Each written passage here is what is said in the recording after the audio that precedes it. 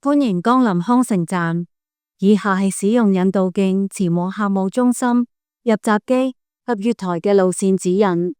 如要前往客務中心，請於閣下現時身處位置右轉，沿引導徑一直前行至盡頭，便可到達客務中心。如要前往入閘機，請於閣下現時身處位置右轉，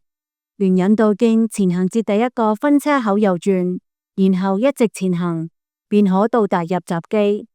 如選擇使用樓梯前往月台，請於入閘後沿引導徑前行至第一個分車口右轉，然後前行至盡頭，便可到達通往月台之樓梯。到達月台層後，左邊為往將軍澳嘅1號月台，右邊為往將軍澳嘅2號月台。如選擇使用升降機前往月台，請於入閘後沿引導徑一直前行至第3個分車口右轉，然後前行，便可到達通往月台之升降機。到達月台層後，左邊為往將軍澳嘅1號月台，右邊為往將軍澳嘅2號月台。